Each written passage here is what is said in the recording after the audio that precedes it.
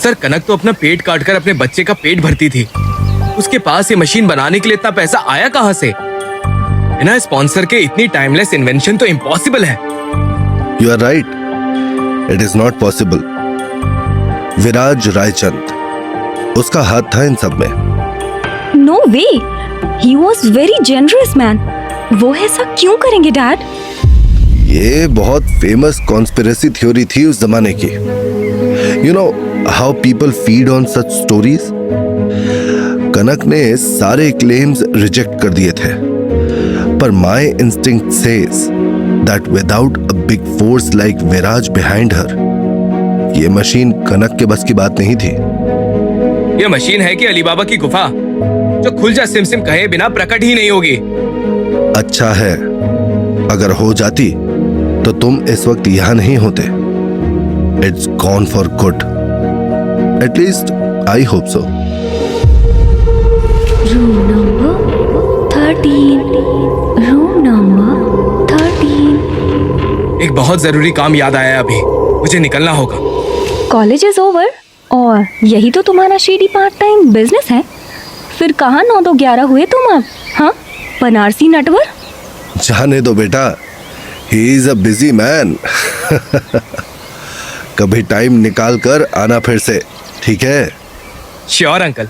Bye Lavanya. ध्रुव लावण्या के घर से भागता हुआ सीधे हॉस्टल के अंदर आया। उसके कदम कमरा नंबर 13 के पास आकर रुके, जहां पहले से ही नागेश चिल्लम फूंक रहा था। ध्रुव को देखते ही नागेश ने कहा, तो फिर जीते कि नहीं? हाँ, क्या बोल रहे हैं सर आप? अरे वही मैराथन जो कमरा नंबर 13 में समाप्त हुई तुम्हारी, हाँ? बनारस के मिल्खा सिंह। क्या सर, आप भी ना? अबे तू तो जरानियों की तरह शर्मा रहा यार। ऐसे सर आप यहाँ कैसे? कहा था ना, ये हॉस्टल मेरी जागीर है और अपने गरीब खाने में फूकने को अब तुम्हारी अनुमति लगेगी क्या है? अरे नहीं सर, अब तो बुरा मान रहे हैं। अब बैठो और बताओ कहाँ फंस रहे हो? अब आपको क्या ही बताएं सर, कनक प्रेत नगरी में है ही नहीं। और जितना मैंने उसके बारे में पता किया तो ये खबर मिली कि मोहतरमा ने कोई मशीन बनाई थी। अरे वो मशीन, उफ क्या दिन थे वो भी। आप जानते हैं उस मशीन के बारे में? अगर मैं ये कहूँ कि मुझे पता है वो मशीन कहाँ है तो? What do you mean? आपको पता है? How do you know all this? ये समझ लो कि जो भी हुआ है, जहाँ तुम इस वक्त खड़े हो वहीं हुआ है। कनक बदसूरत और गरीब पैदा हुई थी, तो जाहिर है उसको ब्यूटी से ऑब्सेशन था। यह मशीन खूबसूरती को एक उम्र में लाकर रोक देती थी और इससे इंसान की अवधि कई साल आगे खिसक गई। फिर क्या हुआ सर? अरे कुछ नहीं, हर कहानी के क्लाइमैक्स की तरह ना डेढ़ शाने ने शाने को मात दे दी। विराज ने यह अमृत चुराकर पूरी दुनिया में जहर खोल दिया। पर विराज हर किसी के साथ कैसे इन्वॉल्व है? ऐसा लगता है कि पूरी की पूरी प्रेत नगरी भी उसी ने बनाई है। ये तो मैं तुझे नहीं बता सकता, पर इतना याद रख, जहाँ कहीं भी कनक है वहाँ तू आराम से जा सकता है। मैं उसका रास्ता बता सकता हूँ, पर याद रखना खतरा बहुत है ध्रुव, तो शायद जिंदा भी वापस ना आ पाए। सर अभी प्रसाद को बचाना ज्यादा इम्पोर्टेंट है। और वैसे भी मैंने जब से रूम नंबर 13 का दरवाजा खुला है, तब से तो कॉलेज रोडीज का कंटेस्टेंट बन ही गया हूँ। बस थीम डेथ है। नागेश ने ध्रुव की तरफ घूर कर देखा और उसे समझाते हुए कहा, तूने कभी कोई जुर्म किए हैं? किसी बात का गिल्ट है बेटे? ऐसा क्राइम सर? नहीं मतलब किसी को टपका वपका दिया हो, है? किसी लड़के ने रिजेक्ट कर दिया हो तो उस पर एसिड फेंक दिया हो, या इतना जेलस हो गया हो कि किसी का करियर बर्बाद कर दिया हो? कुछ भी किया है कभी? क्या सर, मुझे तो घोड़ा लात मार दे तो भी मैं गधे का पिछवाड़ा साफ करके आऊं और बोलूं थैंक यू कम अगेन। मैं तो संत आदमी हूँ। बंधु एक बात है, आदमी दमदार हो तुम। अब बताइए सर, एकदम सर पे कफन तैयार है, हम खुद जाएंगे मैदान में। चलो टिकट कटवा लो फिर बरखुरदार।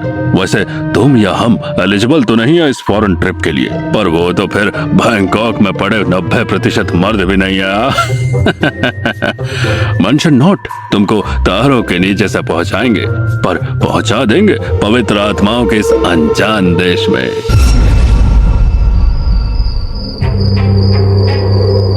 अपने हाथ में अपनी जैकेट लिए ध्रुव एक खाली सुनसान स्टेशन पर खड़ा था, जहां दूर दूर तक शायद किसी जानवर तक को आने की इजाजत नहीं थी। इसी बीच नागेश की बात उसके कानों में गूंज रही थी। शाम के ठीक 6:43 में एक ट्रेन आती है प्लेटफॉर्म नंबर 3 पर। स्टेशन हमारे हॉस्टल से ज्यादा दूर नहीं है और सभी को इसके बारे में पता है, पर चढ़ना तो दूर, आज तक कोई इस ट्रेन को देख नहीं पाया है। Invisible train? सर ये क्या सॉल्यूशन है? जो दिखाई नहीं देता उसमें सवारी कैसे होगी? अरे तुम कोई आम इंसान नहीं हो ध्रुव, तुम्हें कोई अंदाजा भी नहीं है कितनी शक्तियां तुम्हारी हिफाजत करती हैं। अजीब बात यह है कि बावजूद इसके पटरियों पर एक जंग तक नहीं है। अरे तू जा तो सही, रास्ते खुद ब खुद खुल जाएंगे। मेरी बात ध्यान से सुनना ध्रुव, कोई कुछ दे मत लेना, कोई कुछ बोले कोई जवाब मत देना, एकदम चुप रहना। क्या सर, मैं कोई छोटा बच्चा थोड़ी हूँ। बहुत बकलोली सूझ रही है, हाँ? अगर किसी को पता चल गया ना कि तुम जिंदा हो, उठा के फेंक देंगे तुमको अनंत दलदल में। फिर वहां करना उन किलबिशों के साथ ये गांड ठिठोली। Sorry sir. हर आदमी यहाँ उदास होगा क्योंकि ये उनकी आत्माएं हैं जो इस डब्बे में चढ़ेगी तो सही, पर फिर कभी सुबह का सूरज नहीं देख पाए। ये उदासी ही इनकी जीवन संगनी है। अब क्या?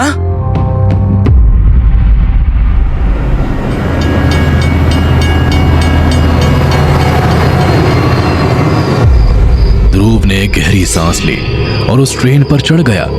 ट्रेन की सारी विंडो सीट्स भरी हुई थी और सब बाहर देख रहे थे। वही खड़े टीटी की शक्ल देखकर ध्रुव की जैसे रूह कांप गई, क्योंकि वो सिर्फ काले कपड़े पहने एक हड्डियों का ढांचा था जिसके हाथ में एक फरसा था।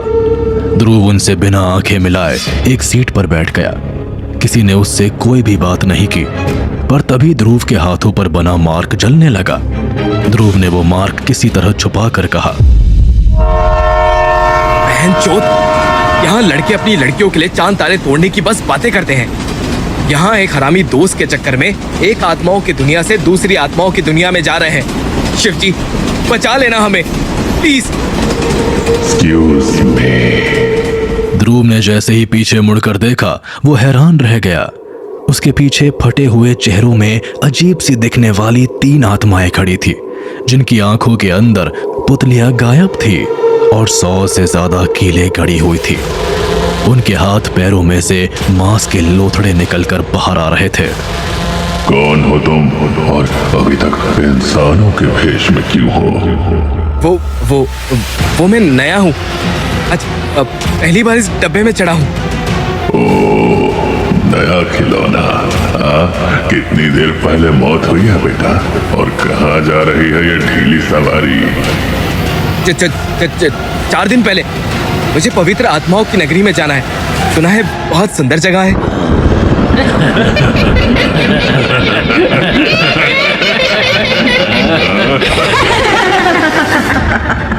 तू और पवित्र? या तो तू घोड़ा पैदा हुआ था यार, हमारी ले रहा है सुबह सुबह। पवित्र मतलब समझता है? जी, जिसने कभी कोई पहले गलत काम न किया हो। और तू कोई पहाड़ी साधु है जिसने बस नारायण नारायण जपा है चारों पहर।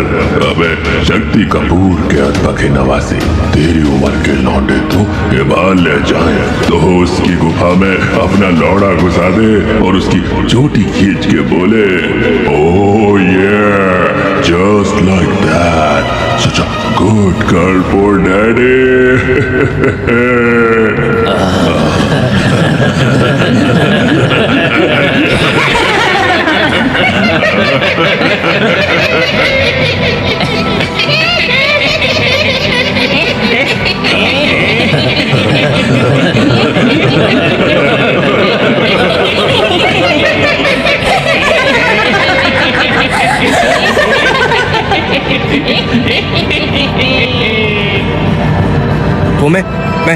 वो प्योर सोल। साले कांडू, हमें चूतिया बना रहा है। तेरी इंसानी भूख तो 100 फीट दूर से तेरे मुंह खोलते ही सूंघ ली सबने। सुनिए प्लीज, मेरी बात सुनिए। जस्ट अ मिनट भैया जी। एक मौका दीजिए, एक मौका तो दीजिए। ओ गॉड, वन डैम चांस। लोडू मुर्दो, कहाँ फेंक रहे हो मुझे? जैसे ही उन लोगों ने ध्रुव की बात सुनी, उन लोगों ने ध्रुव को कॉलर से पकड़ा और उसे उठाकर सीधे ट्रेन से बाहर लटकाते हुए कहा, पुण्य कुंड, पवित्र आत्मा बनना था ना तुझे? पहले यहाँ स्नान कर ले, सारे पाप धुल जाएंगे। क्या? अबे क्या बोले जा रहे हो? अब तू गया।